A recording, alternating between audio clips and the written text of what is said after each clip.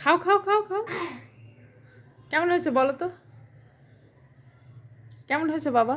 এত মজার মজার খাবার তোমার জন্য রান্না করলাম, কেমন হয়েছে? ডিসলাইক? ডিসলাইক?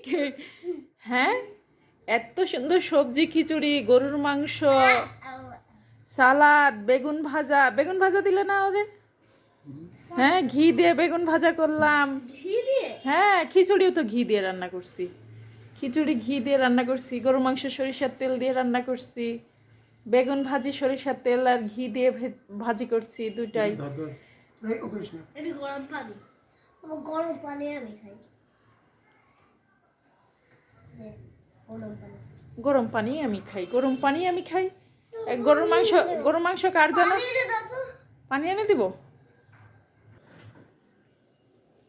এখানে কুষ্টিয়ার রসমালাই। Good bye. কুষ্টিয়ার রসমালাই কার পছন্দ?